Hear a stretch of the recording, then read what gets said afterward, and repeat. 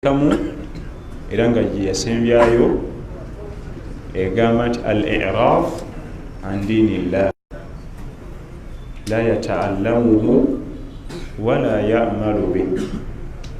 Okwesamba eddiini ya Allah tugisoma, tuwaddeyo obudde kusoma ddiini yo, tuwaddeyo obudde kugisoma kikujja mu ddiini y'Obusiraamu, tuwaddeyo obudde kugikolera. Ezo ze zimu ku nsonga 10 Sheikh ze yaleeta ate nga mwe tuwangaalira. Ereeta ebintu ebitusemberedde ennyo. Okusoma eddiini kulimu emiteeko ebiri. Waliwo okusoma eddiini nga kuli farudun ayin, nga kukakatako buli omu. Kakati okuyiga ebana bajja nabba, ekyo kikakatako. Tulowooza nti Sheikh waba amanyi okunaba janabba gwe bikumalira. Okusoma eddiini tutekulamu emiteeko ebiri, farudu ayin ne farudu kifaya. Olw'okukakatako nga buli omu eyo ensonga alina okuba nga agimanyi, ne wabaawo farudu kifaya nga kutukakatako naye bwe tufunayo ababiri abasatu ne bayiga nga batumalira. Kati nga miraafu okugaba emmali y'omufu, bwe tuba tulinawo basheekhe babiri basatu abagimanyi batumalira.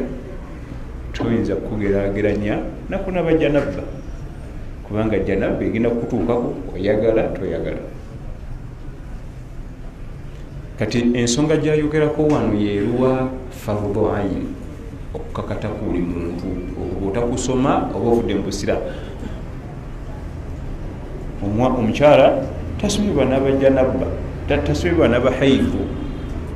Omukyala tasomebwa beeyisa ng'embeera ze ez'omwezi zimulumbye. Ayinza osigala ng'asaala, kati asaala biki? Tamanyi atandika ddi, akoma ddi, ategeera atya nti kati ntukudde tandika okusaala oba kati ndekeraawo. Tulina farudu ayin mu kusoma yirimu nga byoteekeddwa bimanya. Nobeerawo farudu kifaya okumalira. Bwe tubaawo n'abayize bajja tumalira, bajja tugasa mu eriya eyo bwe tuba tugyetaase. Ekijja omuntu mu busiraamu kyekiruwa farudu ayini, ekikkakatako buli omu bw'otabisoma bw'ovudde mu busiraamu. Okwaziina farudu ayin, okukima esswala farudu ayin kikkakatako, kubanga kizibu tukakasa nti esswala zonna 5 ojja kubanga ku muzikiti. Waliwo tayimu ejja okutuuka nga tuli ku muzikiti. Ani anakwaziinira? Ani anakukimira? Okwaziina si farudu ayin okukuyiga, kubanga kizibu nnyo tugamba nti nze ssebo nga bondabwa obulamu bwange bwonna bwe ngenda okuwangala mu duniya, esswala zange zonna 5 ku muzikiti. Ojja kulwala, osalire mu nnyumba, enkuba ejja kutonnya, ojja kufuna ekisonyiisa ekya shariya. Kati farudu ayin kwe kusoma eddiini ebyo ebitukakatako, n'okuyiga okusaala, okusiiba. Basiiba batya? Beeyisa batya nga basiibye? Ebyo si bya kinnoomu, ffenna tulina obiyiga. Kati omuntu wabanga tayize ebintu ebyo ebimukakatako aba avudde mu ddiini, kubanga anaakola atya ibaada ng'alina janabba? Anaakola atya ibaada nga tamanyi ali mu mbeera ze za mwezi oba si za mwezi? Era esswala anaagiyimirizaawo atya? Buli lw'otasoma ddiini yo mu nsonga ezo ennene, al usul, emisingi, oba ogifuluma, kubanga tojja kusobola kukola ibaada. Amma ebiri furuu, amatabi nga farudu ayin, farudu kifaya bwe tuzogeddeko, nazo nnungi oziyiga, naye bwe tusobodde ziyiga osigala ng'oli mu ddiini. Eziri farudu kifaya nga oliwo abayize atumalira ng'okunaza mayiti, kirungi okukiyiga, naye bwe tokiyize abamanyi tebatugamba nti oba ovudde mu ddiini kubanga mu kaseera tuneetaagira ensonga eyo wajja kuba waliwo abalala bamanyi batuyambeko naye al usulu emisingi gyaffe egy'eddiini bw'otagiyiga khalas omaze okufuluma mu ddiini kubanga tojja kusinza allahu tabaraka wataala.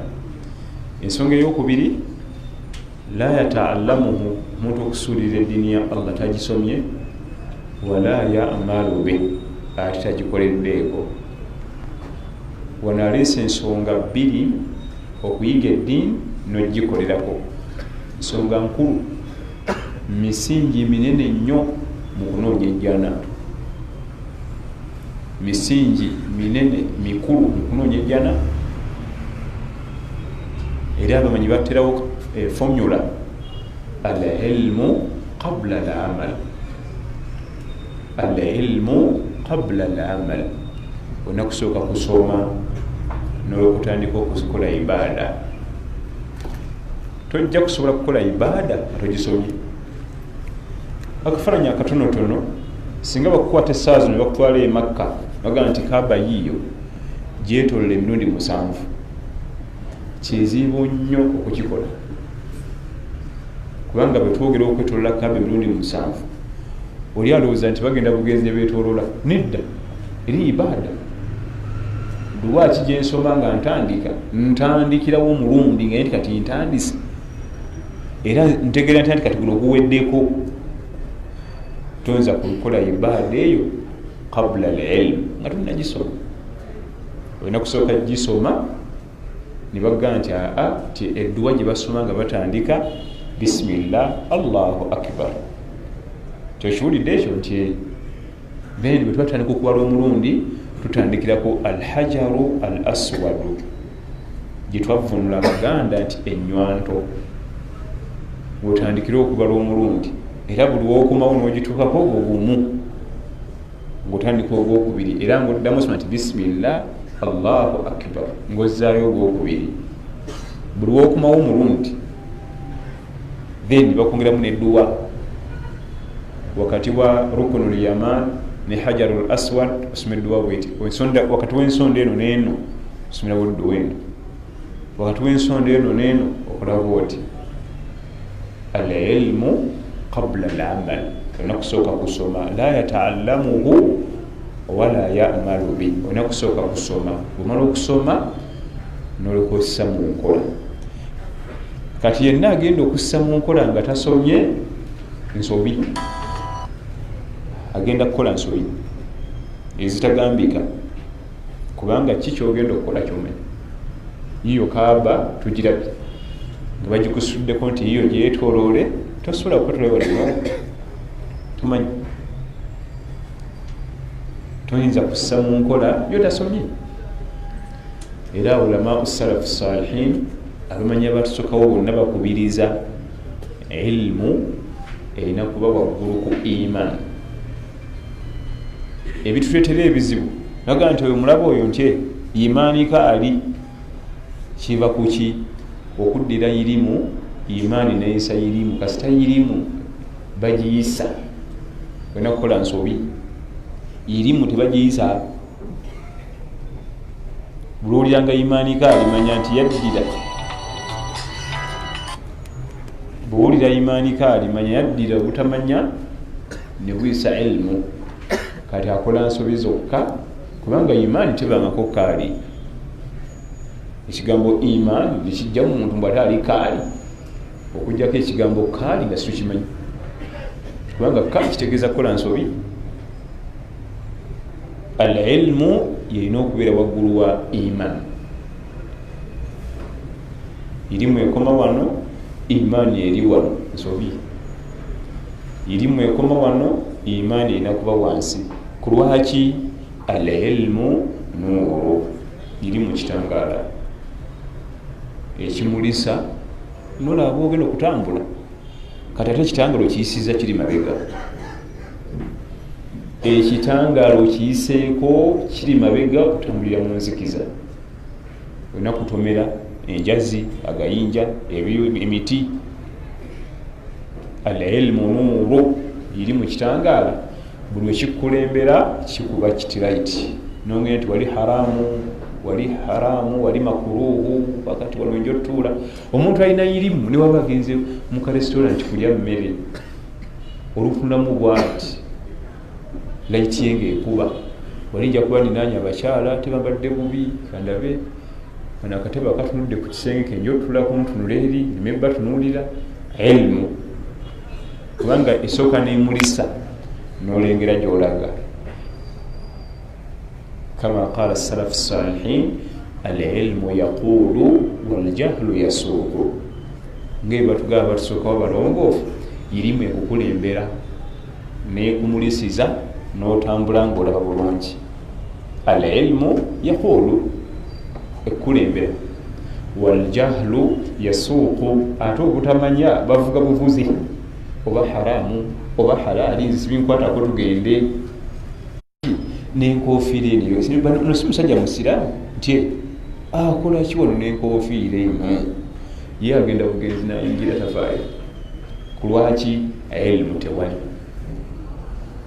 kikulu nnyo okunoonya ilmu ekukulembera kubanga emulisa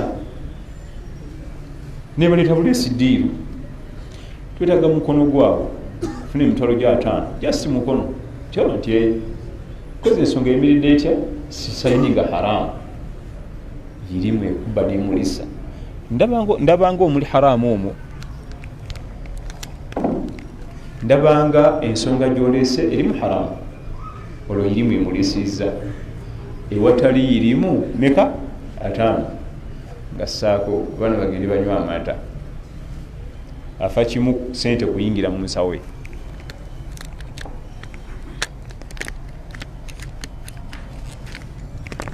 afa kimu sente kuyingira mu nsawe kyabudde atugamba wekitiibwa asheikh Muhammad ibn Abdul Wahhab ibn Sulaiman at-Tamimi rahmatullahi alayhi rahmatan wasi'a la yata'allamuhu irimu togisomye wala ya'malu bihi togikoleddeeko yaate onoogikoleraku otya gyotasomye era ng'onootandikirawa era ezimu ku nsobi ennene gwe kwe kulowooza nti ogisomye oyagala gikolerako ng'ate togimanyi zensobi zikyasinza okuba ennyingi tomanyi ate osuubira nti omanyi obwo butwa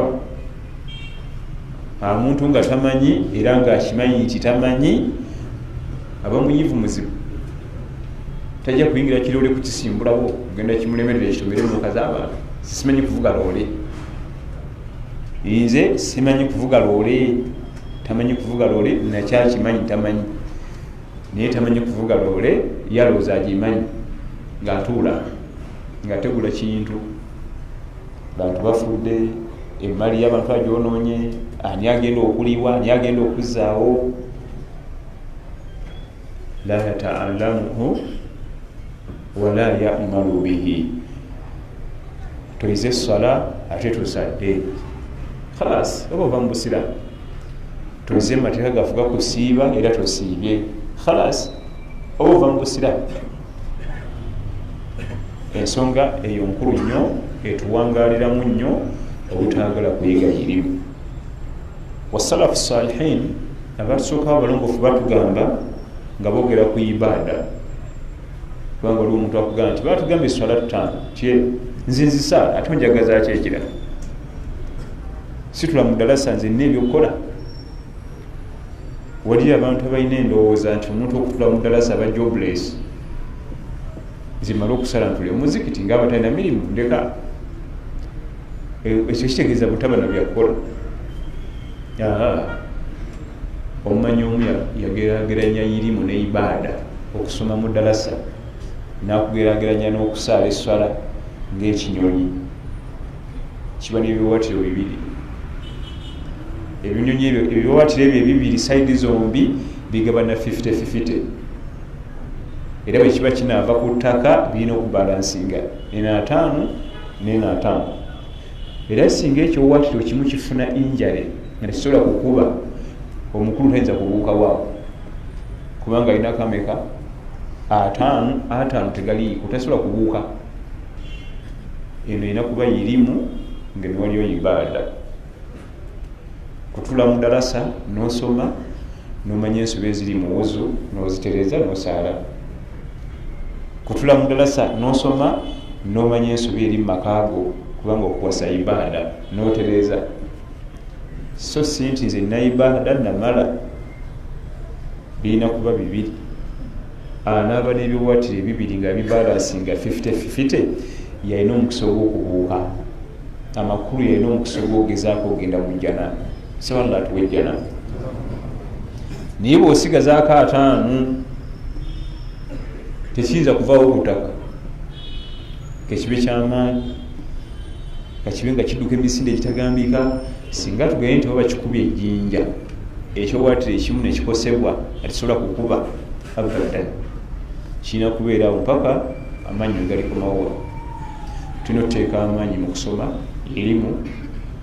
Gyokumya okuteeka amaanyi mu kusoma irimu gakuyambako biidhinihi tabaraka wataala okwongera amaanyi mu ibaada. Olwa tutadde maanyi mu kusoma irimu, khalas ibaada zigenda kunafuwa. Bwolabanga zitereeza mubaamu ensobi ezitagambika. Waddalilu obujulizi ku nsonga eyo Sheikh bwaleese, waman adlama mimman dhukkira biayati rabbihi thumma a'rada anha inna minal mujrimina muntaqimun. Aleese etteeka teriiwo omuntu asinga kuba mulyaza amaanyi. Omuntu asinga okuba nga mulyaza amaanyi kyokka ng'ate yeeryaza amaanyi akennyini, talyaza amaanyi abalala. Yaluwa bamusomedde amatya ga Allah n'ageesamba, tagawuliriza kugayiga, tagatadde mu nkola. Allah amuyise mujirimu. Almujirimu biba kyamu, biba gavumenti, biba opposition, bibeera bakyamu. Kweryaza amaanya mwoyo, tulina mulala gwolyaza amaanya.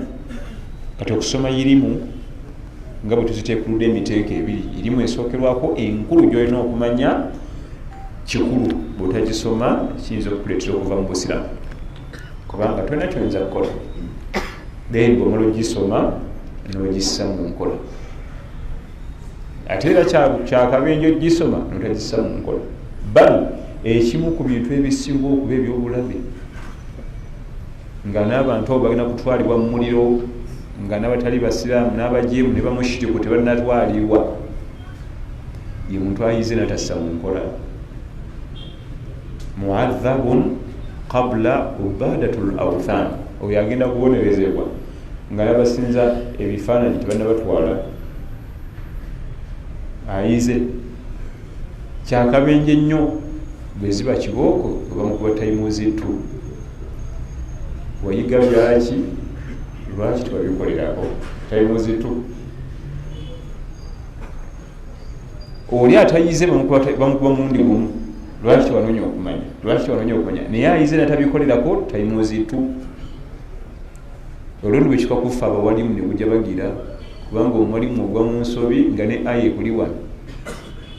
Bali ng'oluusi ku makya wadde osoma ejjuzu, awo wenyini wasomye ejjuzu gye wasomye ku makya, etteeka eryo we liri wayise, ate n'olikola misana n'ogwa mu nsobi nga haditha eri wano. Bali zize n'okuba omukaaga. Waliwo ensonga ezimu nga omubaka sallallahu alaihi wasallam yazookerako nnyo, ng'ayiyokka ensonga ogimanyiko hadisi nga mukaaga, ate nga gy'oli mu kukyusa n'ogitunuuza oti. Omuntu okuba nga ayize n'atassa mu nkola bagenda mukumba kibooko za mirundi ebiri. So nga ate byonna osobola obiyimiriza, kwe kuyiga n'ossa mu nkola. Kama qala Imamu Dhahabi rahimahullah, al-alimu huwa alladhi ya'malu bima alima. Imamu Dhahabi musajja mu Damascus mu Syria gyasibuka aga nti bwe bayita omumanyi mu Busiraamu, al-alimu omumanyi bwe ffe tumanyi mu Busiraamu, huwa alladhi ya'malu bima alima, yakolera ku byayize. Koyiga ossa mu nkola, koyiga ossa mu nkola, koyiga ossa mu nkola, oyo mumanyi. Ku lwaki? anti tajja kubyerabira. Bulaba surat al-Fatiha ogyerabira, buli kanako ogissa mu nkola, kizibu ogyerabira. Naye buli wahiga n'atassa mu nkola, Imamu Dhahabi amugobye. Ku madhahabu ga Imamu Dhahabi aga nti si mumanyi agenda tukosa. Al-alim huwa alladhi ya'malu bima alima. Bwe tuyita omumanyi yakolerera ku ebyo byamaze okuyiga. Bwayiga ebintu 10 byonna n'abikolerako, bamanyi ebintu bingi. Bwayiga 20 byonna n'abikolerako, bamanyi ebintu bingi. Abyo ababimanyi, abamumanyi mu ebyo. Ate nawe waliwo okwegendereza, abamumanyi mweze ensonga zatadde mu nkola. So si tutandika omubuuza ebibuuzo, amasailu fiqhiya, tumubuuze bino n'ebiri, abamumanyi mu ebyo byayize n'abikolerako. Bwettu bwe tumaliriza ensonga owekitiibwa Sheikh Muhammad ibn Abdul Wahhab ziyatuleetera mu kitabo kye kino 10 ezijja mu Busiraamu, ng'ekigendererwa ky'okuzireeta tuziyige, tuzimanye, tuzegendereze, bal ziwangaala mu mbeera zaffe eza bulijjo mu bugayaavu mwezira okubeera.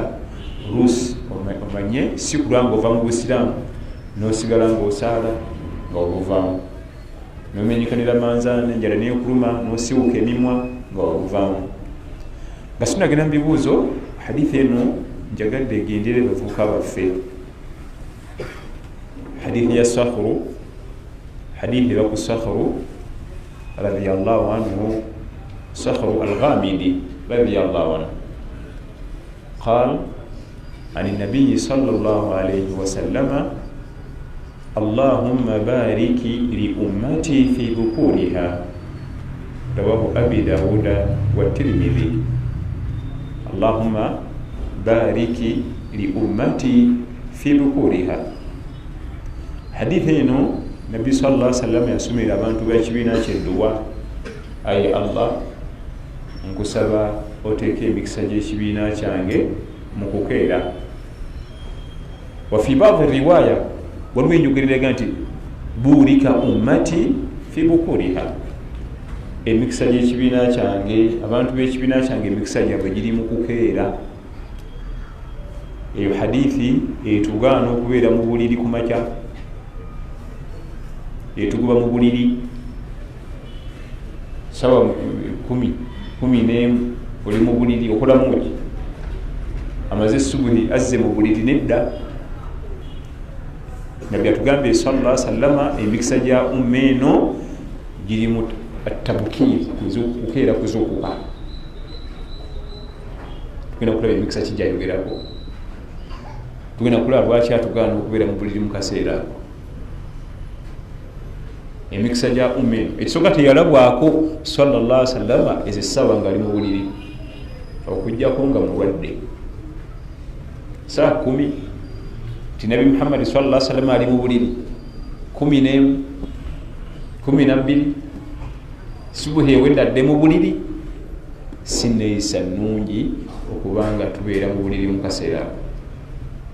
Era Omuganda n'abisiba n'abifunza omulundi gumu n'agamba nti ensibuko y'obwavu, otulo tw'okumakya yensibuko y'obwavu. Nga Mukama ffe bitugamba dda, hatta n'oba tolina mulimo wakirinda ziwere essaawa 2 ogende mu buliri, todda mu buliri. Emikisa gyange naawe mu duniya ne ku akhira gitandika buli kiro okuva ku saa 10, gitandika mu buli kiro okuva ku saa 10 nga bukya. Emikisa gyange naawe egy'omu duniya ne ku akhira, ayagala newe ayagala kufuna byabugagga mu duniya muno. Webuuza abasajja balina zaakeedi, balina agazimba agawanvu, ezo saa babeera mu buliri, alirinda teri ayinza kubeera mu buliri ezo saa. Buuza bayinginiya b'ebizimbe. Emikisa gyange n'egigyo mu duniya okufuna eduniya eno, n'akhira okufuna ejjana. Obudde tulina okuba nga twaze okuseeda. Omukisa ogusooka omuntu yenna omulamu obulungi saa 11 talina kuba mu buliri. Ebyo abalwadde bebeera mu buliri. balwadde bakadde olite ninkwejo emyaka okyakula ki mu buliri kizibu nnyo kuba physically fit ngezesawo obeera mu buliri newabeera mulamu aba yeeronyeza luwenda yegatte ku balwadde. Allah atumiza nti illa ala lutin najjaynahum bisahar kadhalika najizi man shakar. Obudde obwo 11 ne ku mulembe gwa nabbi Luutu alayhi salaam Allah byaleeta ebibonerezo abaali batunula byajja bukya, ebibonerezo byajja obudde bukya, abaali batunula be baawona. Buli yali mu tulo yafa, wandibadde ate osuubira nti yali kyandibadde relax kyennyume, niye abaali batunula be baasimattuka ebibonerezo. illa ala luutin najjaynahum bisahar, okujjako abantu abaali bakkiririza mu nabbi Luutu alayhi salaamu. Yali yabagambye kudda temwebaka, bo baawona baali batunula. Baraka eyokubiri, omukisa ogwokubiri oguli mu budde obwo, ofuna omukisa n'osoma ku dduwa mu kaseera akakyasinza okubaako ebbeeyi mu kwanukulwamu edduwa. Obudde bungi omwanukulirwa edduwa, naye ako akaseera kasinga okubaako ebbeeyi.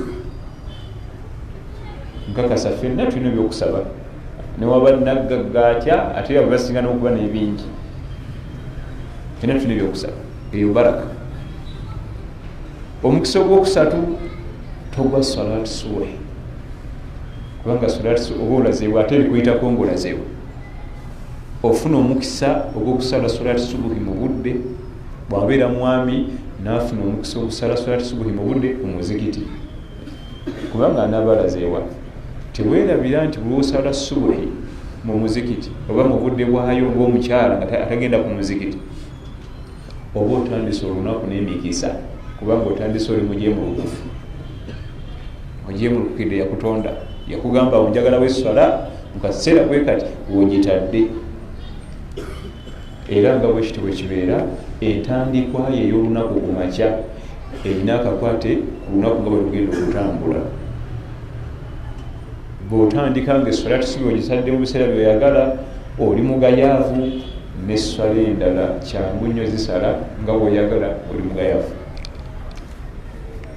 Naye bw'otandika n'amaanyi n'osooka oteeka amateeka ga Allah mu nkola ng'egagguddewo olunaku lwo, emikisa gy'okuteeka amalala gonna mu nkola giri waggulu. Egyo mikisa giriwawo ku makya. Omukisa omulala gw'ogenda okufuna, ogenda kufuna nashaat, ogenda kufuna physique, ogenda kuba fit, okubanga ebiyungu biba biramu bulungi. Olaba Allah tugamba nti wasubuhi idha tanaffas, ofuna omukisa gw'okuba nti empewo y'okumakya Allah gy'alayira ekufuuwako. Wasubuhi idha tanaffas, Allah alayira empewo ya subuhi. Obudde obwo bussa bwe buti bussa empewo ya ddagala, obwo omukisa ogenda kugufuna. Eyo empewo ebirawo ku salaati subuhi, amawuggwe gagyetaaga, omutima, akalulwe, akawago, obwongo, amaaso, joints, buli organ gye tulina yeetaaga empewo eyo. Ogwo omukisa ogenda gufuna. Kali akabugumu ge tubeeramu mu kikunta, butwa, bulabe, akabugumu aka k'okumakya mu kikunta, butwa, bulabe, kabi nnyo. Gwoza lwaki abatendeka amagye, babookisa, baani bansanya mipiira badduka bukya. Era omuntu akola training mwezi essaawa bamukuteeka naye mulingi waba kumazi, essuuka alina baraka, emikisa. Ekyokubiri, nashaato ye, fitness ye eri waggulu ku yiyo, akolera mu kadde akalimu empewo ey'omugaso, akolera mu kadde akalimu empewo ey'omugaso. Era abamanyi batugaana bw'oba omaze okusala salaati subuhi okudda mu kikunta, kubanga bw'odda mu kikunta ebiyungu ebyo bibadde bifuuse active, obizzaayo ne byebaka, akabugumu ako kasita kakomawo. Ebiga nti twe tutandise ate natuzize emabega, bibadde bibugumye. akabuguma kuludda mu kikunta ne webikka obwongo nga budda mu bufuuka dormant omutima gudda buli kimu okizza mabega genda otunire olunaku lwo lwokeera nozukuka mu budde otunire olunaku lwonna nga bwosiiba then otunire olunaku lwozuka ku ssaawa emu kitundu nga tonasala subuhi olireeti olabe bwobeera osiiba oyayuya olunaku lwonna bakusanga ssaawa musanvu oyayuya stretchinga ogolola amaggu mikono oti wenna engalo oli kasilaani oli mugayaavu mubiri gwonna mugayaavu kyava tugamba sallallahu alaihi wasallam nti baraka za umma eno abantu bonna mu umma ziri mu kukeera tukeere ekinjo nemukubidde essimu yatulina appointment ssaawa emu n'ekitundu nanga nti essimu gyokubye yinza okusiza sinaana kusala subuhi myaka 23 nemugafe twatusedda mu kibuga nga subuhi yakaggwa nekyewuunya nnyo nanga nze sina kyengenda kukolayo kale ekyo kimu ekyokubiri ate subuhi nga tenagisala oluvaawo zesina mikisa gwojebakira sina mikisa Ibn Abbas radiyallahu anhu yasanga mutabani we nga yebase yagenda okuva ku muzikiti ku subuhi yagenda ne mutabani ku subuhi n'asaala mvuka mukulu myaka nga 17 yo muvuka yamala subuhi naddayo nayingira ekikunta bwe yakumuwa musanga yebase namujjako ebikunta namugayimuka namuga tata sina kyengenda kukola siga nti nina business siga nti naki kwe kumubuuza nti atana fi lwaqt allati tuqassamu fihi al-arzaq oyinza otya okwebagira mu kaseera allah mwagabira riziki namuga sina kyakola namuga nti wadde tolina soma dhikari soma quran soma edduwa enjuba bwenemala okuvaayo olekowebaka abo betaba salafu Ibn Abbas radiyallahu anhu yafuna lumu abagenyi tiyali musajja mwangu wakulaga gantu tugende ku subuhi wasalira subuhi twantagwa jamaa tikale ne bajja ekituufu nga wali salati subuhi bwe yamala ne bajja gyali yabagoba akadde sikazanyiramu abasalafu abatusooka babalongoofu nga subuhi terinabaawo ngaebula essawa namba tayinza kubikula WhatsApp tayinza kuteekawo mboozi ne subuhi nga yakaggwa tateekawo mboozi era balino baali bagenyi babbeyi delegation eva wakabaka yali abaliraanyi yagaana okwogera nayo nakola emirimu gye egyokumakya egisoogerwako okusoma dhikari Quran enjuba bwe yavaayo nga amaze n'okusala duha najja n'abagaa nti kati olunaku lwange ndumaliriza mu ntwale gye mwagala singa nzanyira mukadde ako olunaku lonna mba ndusse baada solati subuhi awo singa nteekawo emboozi netuddamu kunyumya netunyumya biri olunaku lonna luba lufudde akaseera akasookerwa kyavudde atugamba sallallahu alaihi wasallama mu hadithi ya Sakhru al-Ghamidi radiyallahu anhu Allahumma barik ummati fi bukuriha ay Allah kusaba emikisa gy'ekibiina kyange gyonna ogiteeke mu kukeera wa fi ba'dhi riwaya ate mu njogera endala burika ummati fi bukuriha emikisa gya umma eno abajagala mwenna muginoonye mu kukeera mulufuna okwazina inshallah taala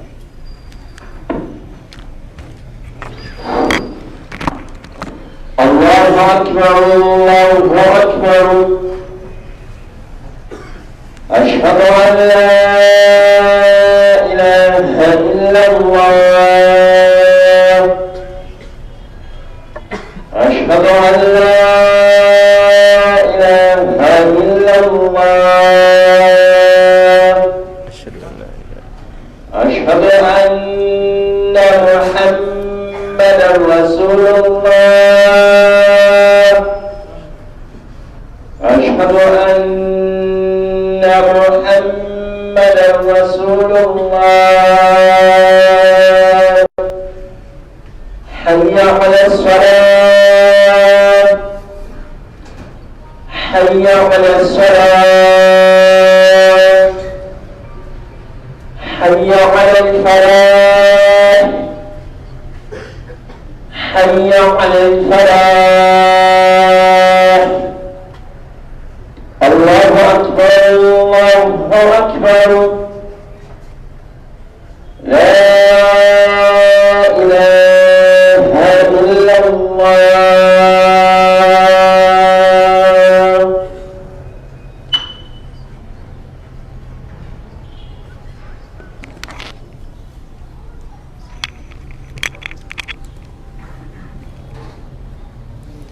الحمد لله وبه نستعين وبعد. Nja kusabayo omuntu omu awanike omukono atuwulire ekyawulidde mu kwaziina. Njagalayo omuntu omu awanike omukono waliwo ekikoleddwa mu kwaziina nga kyanjawulo kyaba tugamba. Na waalaikum salaam.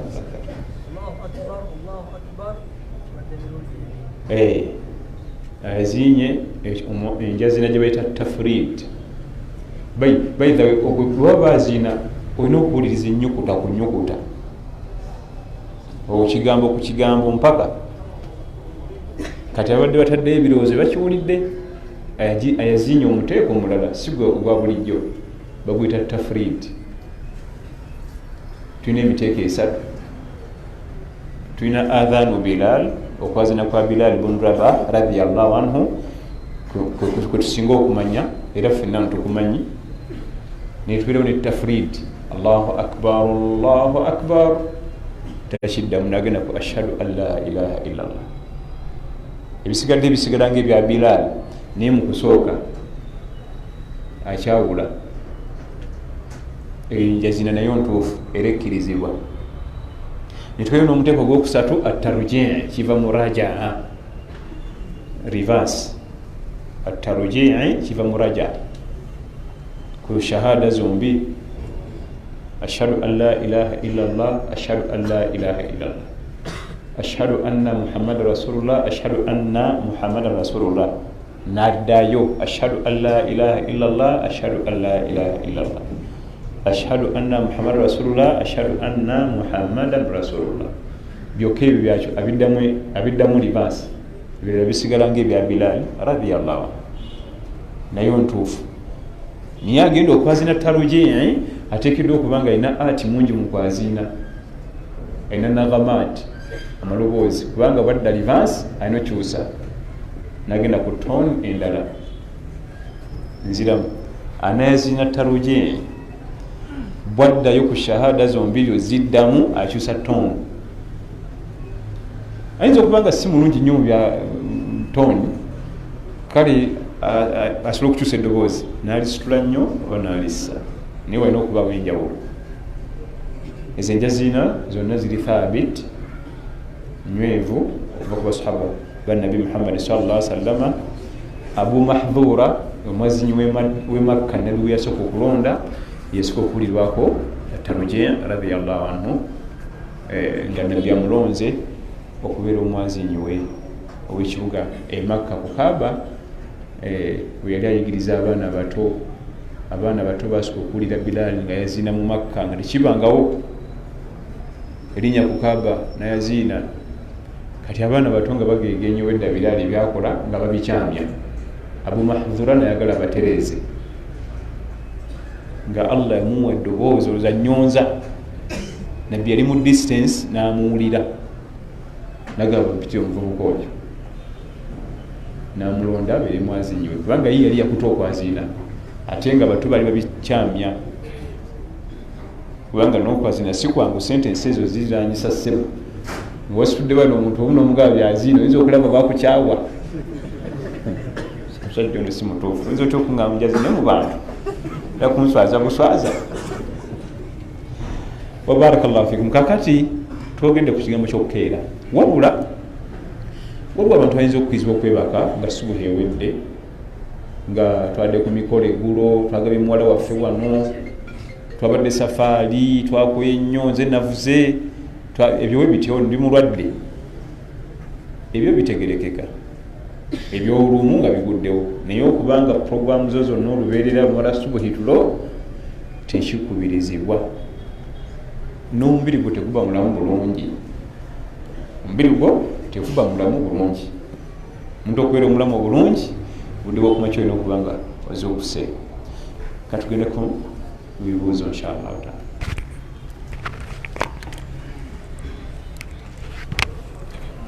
Assalamu alaikum warahmatullahi wabarakatuh. Assalamu warahmatullahi wabarakatuh. Tusaba otuddiremu ensonga ezo 10 abamu twayosa mu misomo egimu. Kizibu zakuddibwamu kubanga waliwo ensonga emu ng'etwala sawa namba, waliwo ensonga emu ng'etwala sawa namba, kati okuziddamu ogayindi zonna 10 tuziddemu. Naye tulina ttiimu y'abavubuka baffe Thurayya, Shukran Dawa Center, obutambi babulina insha Allah osobola obufuna n'owuliriza mpolampola. Naye oziddamu tetwagala nnyo okujjula bitayidde ojabulejabulemu booti, si kirungi kujabulajabula, kisaana ensonga netambula mu layini entuufu. Allahu a'lam.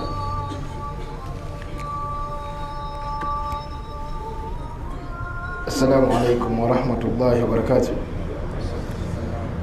Tusobola okuwoowebwa nga ffenna tuli ku byeyo naye mu nsi ez'enjawulo nga bakadde baffe bali Uganda, okuwoowa kuno kukolebwa kutya? Saagala kugwa mu bwenzi.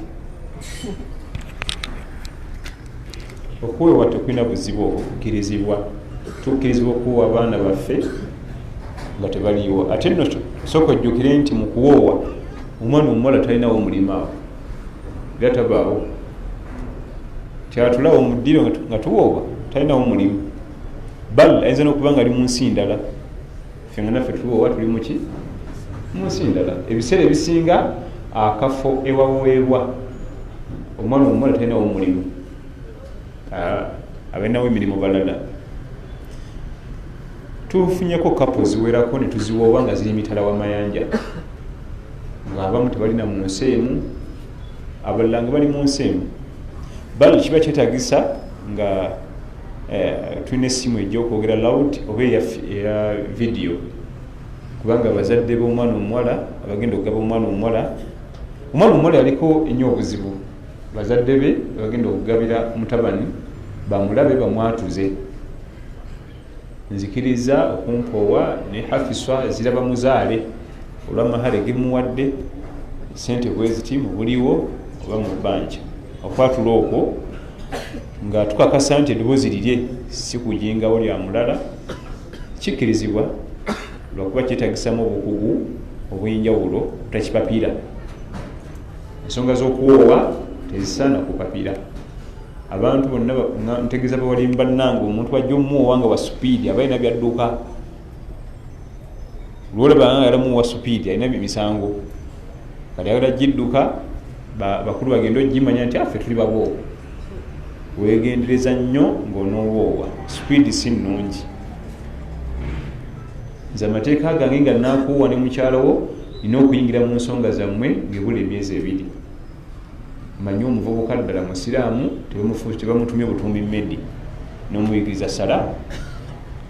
Mukulu mmedi taata we yaani, abeerawa, gwe ate osaalira ku muzikiti ki?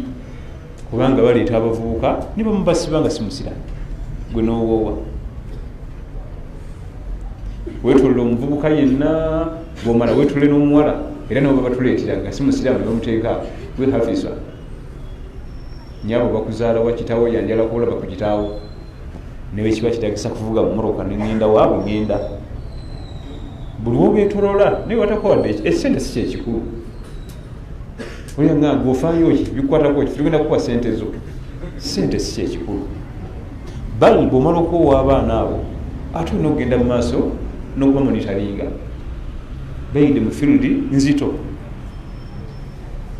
So sinze waliwo yawo wabuwooyi n'agenda n'awowa n'agenda n'awowa, bayambeko basalamu ne briefings batuuze babuulire ono wemulaze waliwo bino obugumikiza kikulu ono tulese machine ono so si nzikiriza kumpowa nga batuwa kasente nga kagenda wano sente si kyekikulu by the way sente si kyekikulu mu bulamu waffe ziba kubanga sente zezaali ekikulu omubaka sallallahu alaihi wasallam yandibadde nagagga bitodolo naye yali nagagga teyali successful sente si kyekikulu ebikulu birala tugenda kuwa sente kati lwaki otubuuza ebyo byonna ebibuuzo yogera sente zoyagala twagala kutuwoowa nga mugaa nti nonyo omulala nzina amateeka agange emyezi 2 ze kusala bukuli ku muzikiti ensi emamukyayinoyo nti jangu owa abaana bano sibamanyi siina kyembamanyiiko simanyi gye bava simanyi gye balaga simanyi omuvuka asoma ddiini ki simanyi tyate walaba mu muzikiti sibekakasa obuyaaye bungi wano ku Kampala bafunayo omusajja mukulu ku kyalo nabita tata wa kawala yagenda okukagaba naye nga sitatawe nabuuzaako omusajja najja nankumbi nti muwala we yaani nga tamumanyi kyokka yitaatawo omuwala gwagenda okukola ki nga tamanyi muwala we linnya lye eryokubiri amanyiiko limu eryomuziro talimanyi ngenda omuzza ebbali annyonnyo eraga nti nze bampadde buwi sente kati ensonga zakwegendereza abantu baffe oluusi batukozesa ensobi kati yine bwatuukayo nebitabuka ngaateekayo sekagonde yatuwoowa oba oliawo nga owangani yagamba ogobe muwala waffe gwomalaga owabuwoyi bwosanze tumala kwebuuza kati kiri basinga okizza emabega kiba kikaluba nnyo kalubya nnyo kati wano bwe baleeta byoyagala bawo webigana okujjula bagayi munoonye omulala nze bineme okutegeera ebintu byammwe kyekisingako obulungi naddala abapakuka abo batera okubanga balina byebadduka oba tulina byodduka pakuka ki wallahu alam. Assalamu alaikum warahmatullahi wabarakatuh. Nina omukyala gwenjogereza yaŋŋamba nti alina omwana omu tutuuse wala naye era n'olunaku lwe bagenda otuwoowa twalutaddewo kati yambuulidde amazima nti alina abaana 3 nkole ntya?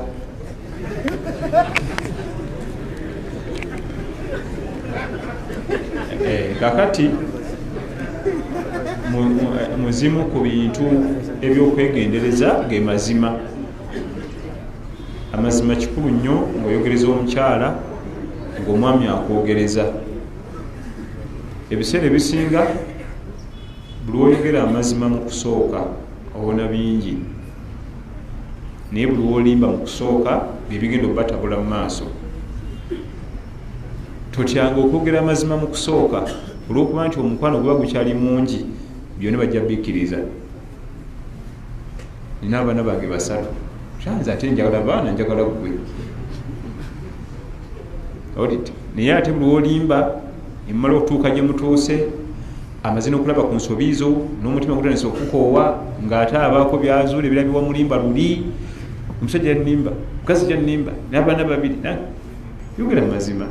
Ate nekirira omusajja ekikulimbya kyekiki ofundako oba n'omukyala ayinza okugamba nti omusajja ayinza obutantwala naye omusajja ekikulimbisa kyekiki nibwogamba abaana 10 tujja kuwa muwala waffe tewali buzibu olimbiraki ekyo kimu. Ekyokubiri omukyala wakati nga tebannamuwoowa nga abantu babiri nga tunnabawoowa akakaseera bakayita ka khitaaba kwogereza.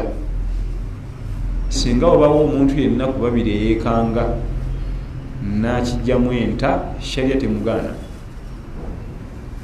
Singa obawo omu ku babiri naga nti banna mukyala wadde ola bwiki emu neneekanga ensonga abcd nti omutima gugaanyi tulina buzibu kuta tewali buzibu wabula ensonga eyinza okujja nekkanga naye ngaomutima gukyali mumalirivu abugenda mu maaso. Kati omukyalo ono tumugamba biidhinihi tabaraka wataala yeekanze ensonga eyo, ye kenyini yansalira wakkirizibwa ogamba nti kale wadde yali yanimba tugende mu maaso, oba ntidde omutima gufudde. Embeera yonna ey'okwogereza omukyala oba omwami akwogereza shariya yagikkiriza,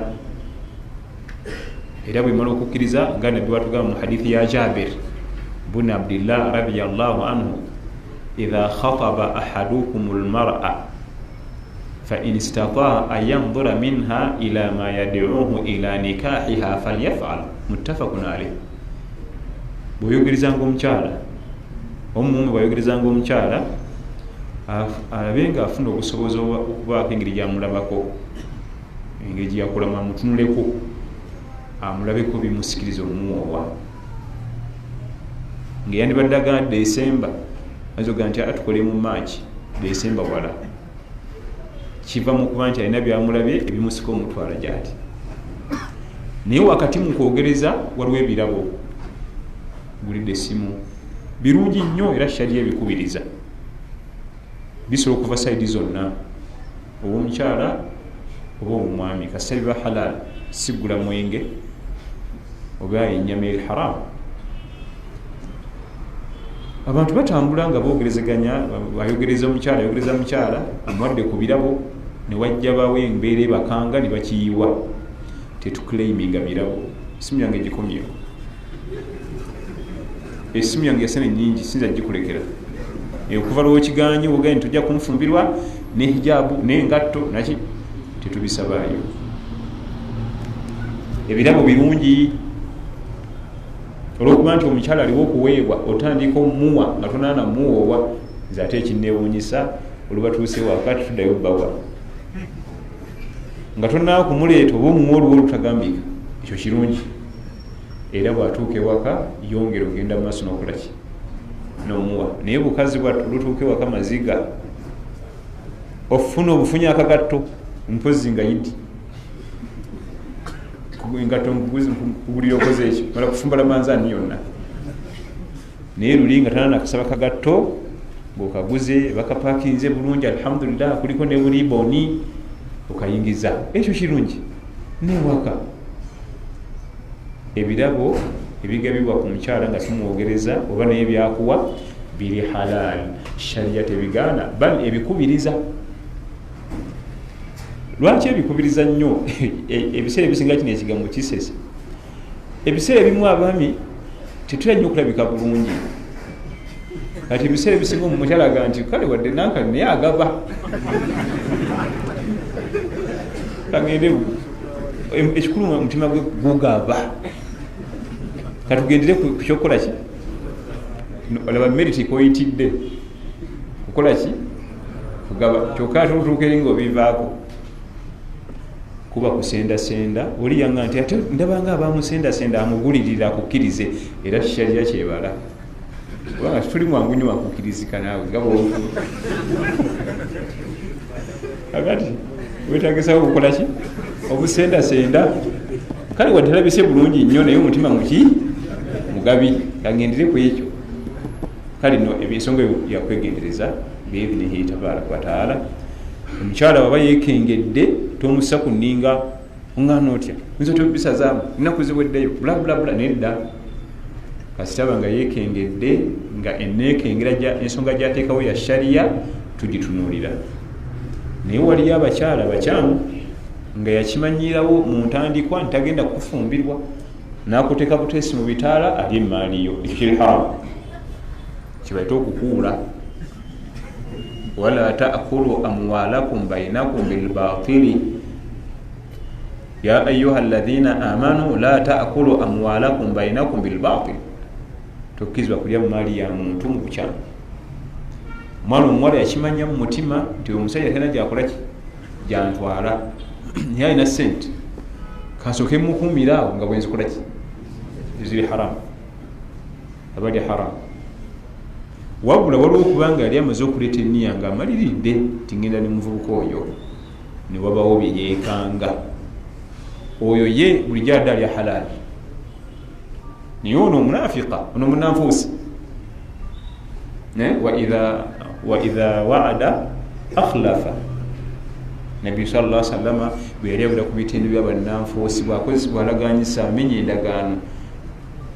Twayogera wano hadithi eyo okumenya endagaano si kabonero ka bunnanfuusi, kubanga olaga endagaano enkuba neetonya notasobola nomufiirwa n'olwala. Niye omunnanfuusi yaluwa wakati mu kaseera omukolera endagaano aba akimanyi tajja kujja, nja kuba bwendi zijja kuba natuuse dda, naye ngaagenda kubeera mubalala akimanyi. Oyo ye munafiiku. Mu kaseera omukolera endagaano aba na puroguramu z'endala. Kati n'omukyalo ono aba ayingidde abannanfuusi, yakulaganyisa nakkiriza, naye nga mu mutima akimanyi nti nze nsembesa sente kulya sente, naye waliwo okubanga omutima gwali mumalirivu ne waba webimukanga. Wabarakallahu fikum wajazakumullahu khair. Subhanakallahumma wa bihamdika ashhadu an la ilaha illa anta astaghfiruka wa atubu ilaik. Wassalamu alaikum wa rahmatullahi wa barakatuh.